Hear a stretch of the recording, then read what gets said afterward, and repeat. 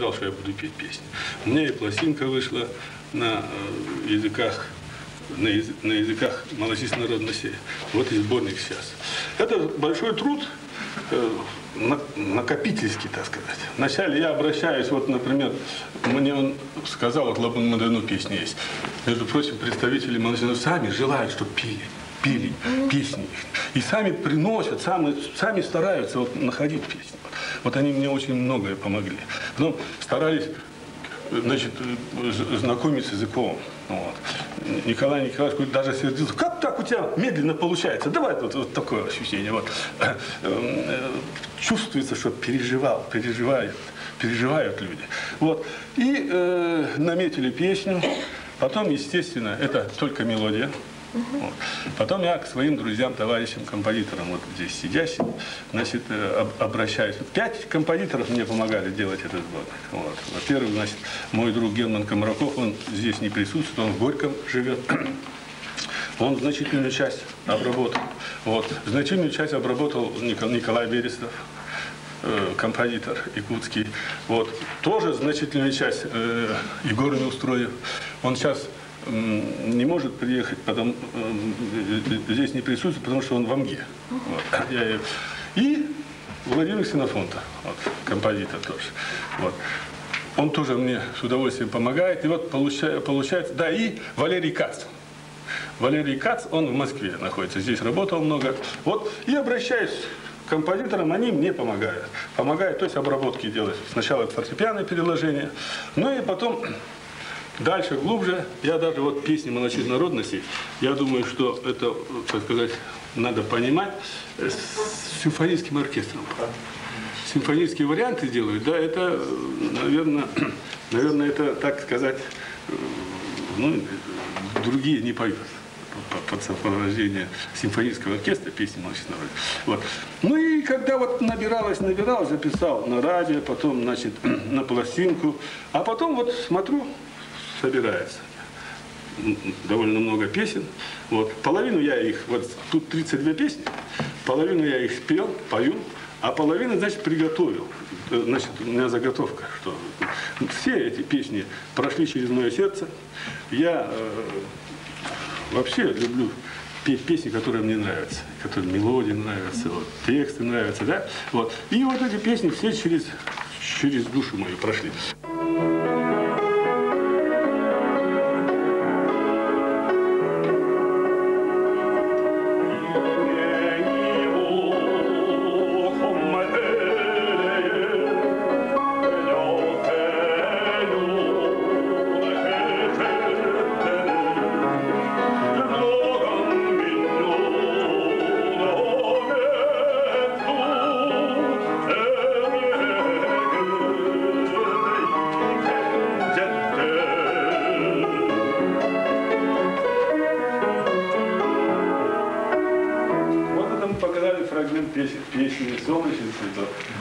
Но мы с Александром Самсоновым работали очень слаженно. У нас никаких таких затруднений не было в общении. И я сразу почувствовала в нем человека, ну, с такой возвышенной душой. Это все равно, что Эвенко. Северянин с открытой душой. И вот с ним было очень легко работать. Самое первое знакомство наше состоялось тогда, когда Александр попросил меня поконсультировать по эвенкийскому костюму. Он пригласил вот сюда мастерскую, когда я увидела фрагмент костюма, и сразу мне он очень не понравился, потому что он был серый. А эвенки – это такой народ, который любит очень красиво, нарядно одеваться. Я сказала, что тем более это костюм со сцены должен сверкать, смотреться хорошо. Эвенки щеголи, сказали. Эвенки щеголи. Это аристократы Сибири, я сказала. И они, соответственно, должны быть одеты, тем более со сцены. И я ему посоветовала, как улучшить это. Ну, кое-чем я еще ему помогла. И мы, значит, этот костюм оформили. Ну, после этого мы начали работать вот по песням. К сожалению, у нас ивенкийских поэтов немного, которые пишут на родном языке. И я вынуждена была сама, ну как могу, написать вот несколько текстов. И вот на эти тексты, вот ивенкийская исполнительница песни Надя Докалова мелодии написала, и эти песни зазвучали со сцены. И эти песни вошли, я очень рада, что эти песни, некоторые из этих песен вошли вот в этот сборник. И я очень буду рада, если мой ивенкийский народ, к сожалению, мой ивенкийский народ подзабыл свой язык даже. Есть очень много ивенков, которые родного языка не знают, не говоря уже о песнях. Если они запоют на своем родном языке, значит, в них что-то затеплится в душе. И вот я очень надеюсь на это. Работа, я бы сказал, не тяжелая была. Он очень хороший ученик был, очень быстро усваивал юкагильский язык. Единственный звук, где нам было немножко трудно, это звук «в». В юкагильском языке есть такой звук «в». «Вай», «эуле», вот такой. Вот здесь у него немножко так, этот звук воздушный звук. Надо, а у него немножко получался «эвле».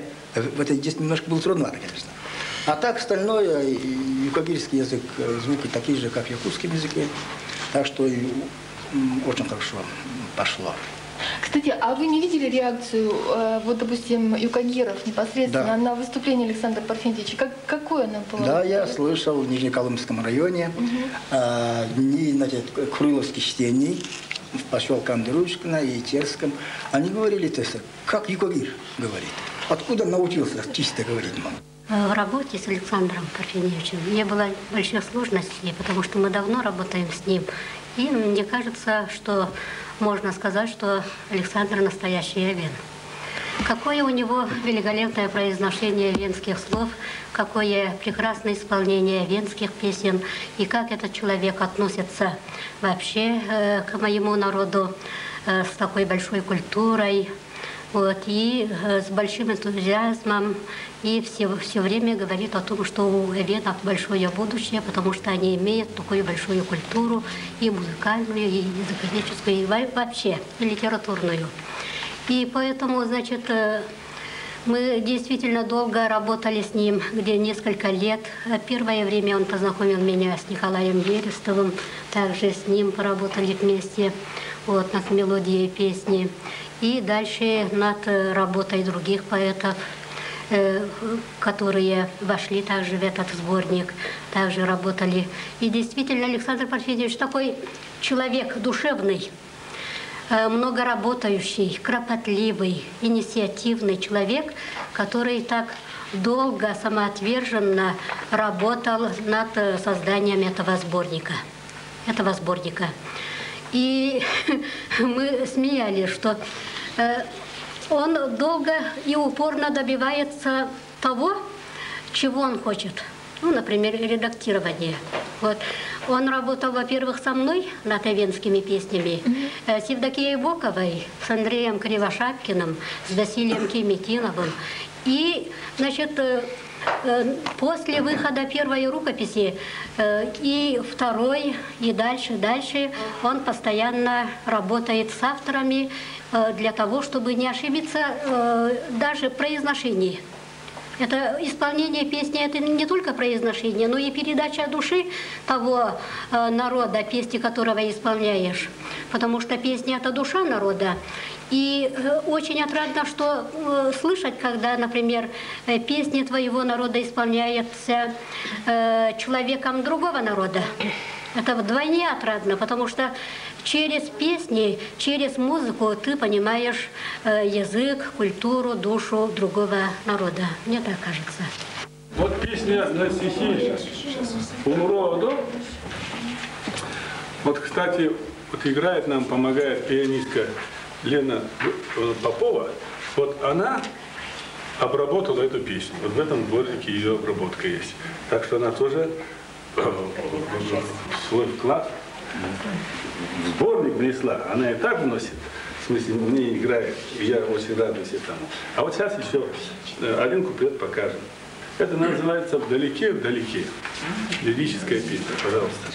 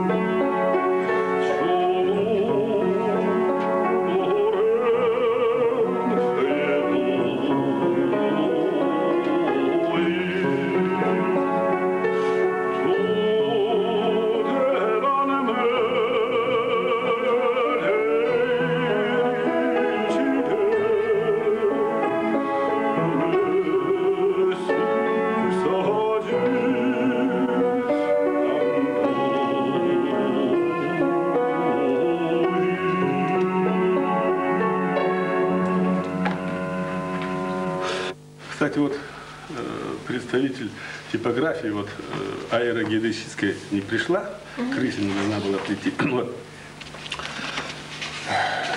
Другие типографии требуют миллионы денег. 14 миллионов в Бразилии. Вот есть, ну, не буду говорить, чтобы не обижать, так? Вот. А здесь, значит, аэрогеодезическое предприятие. У них, они печатают карты. У них совершенно вот это вот, нотами они не занимаются. Это впервые. Они просто согласились потому что они меня знают, как артиста. Это во-первых. А во-вторых, значит, я там, честно говоря, на предприятии 2 сольных концерта бесплатных спел еще. Понимаете? Что, понимаете, да? Вот. И вот они согласились. Теперь, значит, самый большой вопрос оказывается в корке. Вот это вот, обложки. Везде делают значит, легкую обложку такую. Да? Они никак не хотят возить. А я настоял на том, что вот это же сборник предназначен не только для пения, так сказать, любителей. Это для детских садов может пойти. Есть такие песни, да? Для детских музыкальных школ. Понимаете? Дети-то они же у нас. Так? Вот. И потому вот эта вот крепкая обложка, это очень даже хорошо. Я сам рад этому. Николай Курилов оформил его оформление. Вот. И процесс этой, значит, сам таскал бумагу, вот эту серую. Полтонны таскал, да? Теперь вот это калинкор называется. Калинкор. Тоже рыскал, оказывается, это очень дефицитная штука. Бегал, понимаешь. Вот, короче говоря, значит, ну я от души делал. Почему? Потому что я хочу сделать подарок вот людям, которые мне нравятся, которые живут на нашем севере, да. Вот. И я бы хотел еще в заключение сказать, что ничего бы у меня не вышло, если бы не было спонсора. Понимаете? Не было бы спонсора. Потому что я не буду говорить, к кому обращался, там отказали мне. Мне пришлось, значит, обращаться к разным людям. И вот я хотел бы сказать, в случае тут вот спонсоры сидят. Вот. Во-первых, значит, я к строителю хочу обратиться с благодарностью большой. Вот, Михаилу Михайловичу Игнатьеву. Вот он генеральный директор фирмы строительной Аярики. Они помогли мне, совершенно понимая, что вот эти песни нужны. Притом, этот сборник-то, можно сказать, непростой сборник, в том плане, что впервые песни молодежной народности в фортепианном изложении, мы вот показали сейчас, мы любую песню можем играть на фортепиано, и эти песни могут играть уже и в Америке, и где угодно. Кто знает музыку, кто играет. Работа, мне кажется, над народной мелодией, музыкой, она для профессионального композитора всегда сложна. Я не ошибаюсь, ведь правда? Но я не чувствую сложности в этом, потому что мы родились то же самое из этой же родины. Они пишут, вот венкийской, венской, мы все равно на одной земле живем, а композитор только основывается на этих народных мелодиях, народной музыке. Музыка – это душа народа. То есть у вас сложности не возникало при работе над этим? Только возникает тем, что здесь надо точно, мне кажется, воплотить вот интонационные моменты, метроритмические и дальше интонационные и интервальные, которые находятся у народов, которые отличаются якутского, другого и так далее. В этом понятии у нас, конечно, сложности были, но они преодолели каким-то способом. Мы уже не 1 год работаем здесь, в этой области. А что вы могли бы добавить? У вас возникали сложности при работе над этой книгой? Конечно. Но у меня до этой книги я встречался с фольклором и с музыкальным искусством малочисленных народностей. Еще в 69 году я познакомился с Сибянкюльским регионом. Там очень много пели. Я записал более 37 народных песен. В 1972 году я был в Алёкинском в районе, познакомился с венкийским фольклором впервые, там то же самое встретился, очень много и эпических песен были, и бытовых, и танцевальных, так что для меня это было открытие на фоне того, что я все время занимался только якутской интонацией, якутской традиционной народной песней. Вот. А на смотрах я очень часто встречался и с другими регионами, как Русское Устье, как юкагирские напевы. Потом мы в различных фестивалях, выездах за пределы республики то же самое всегда бывали вместе, так что материал всегда привлекал. Но серьезно заниматься уже это удалось несколько позднее.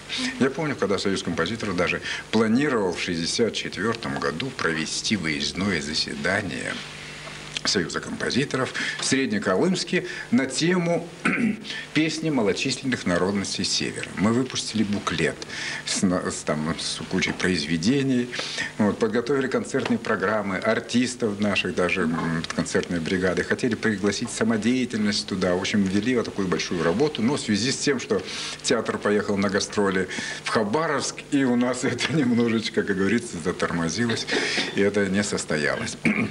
Как вы считаете, простите? Так что работа эта велась уже давно. И очень отрадно, что Александр Парфенович проявил самую настоящую инициативу. Он серьезнейший занял изучением языка. У него консультанты, он работал просто серьезно и над интонацией, и над текстом. И не оставил в покое нас. Он то обработай, то напиши и так далее. Хотя песен было написано много и до наших встреч, правда? Вот. Ну, в общем, отрадно то, что этот сборник появился, пластинка появилась, и то, что песня зазвучала и по радио, и есть возможность в бытовых уже условиях послушать в хорошем, качественном исполнении эти песни. Конечно, это испытываешь чувство гордости за то, что действительно звучит именно песни народа Севера. Они, если действительно взять, они на профессиональной сцене только вот благодаря Александру Парфеновичу вышли. А до этого их вообще не было. Они только звучали только самодеятельности. Например, я, вот как мелодист, я сочинял только, допустим, только для себя, для самодеятельности. Но вот я очень рад, что в этом сборнике, да и в пластинке вошла одна моя песня. Александр Парфенович поет, ее исполняет. Но это случилось в конце 90-х, начале 91-х годов. Я тогда работал в радиостанции «Гяван». Пришел, я тогда еще сам выпускал свою книгу, работал над своей книгой, которая она, как сказал Александр Парфенович, полусамодеятельная. Вот. Я над ней работал, и в это время пришел Александр Парфенович и попросил, не попросил, а просто я ему показал песни свои, и ему одна песня очень понравилась. И мы начали над ним работать. Но это действительно была такая кропотливая работа. Во-первых, тут правильно сказали, что он не эвен, он не юкагир, но он желает петь именно эти песни. Народная песня, записанная из уст, значит, услышанная и записана 106-летней шаманки Кульбертиновой, которая живет в село Ингра, Нерюнгринского улица. Пожалуйста.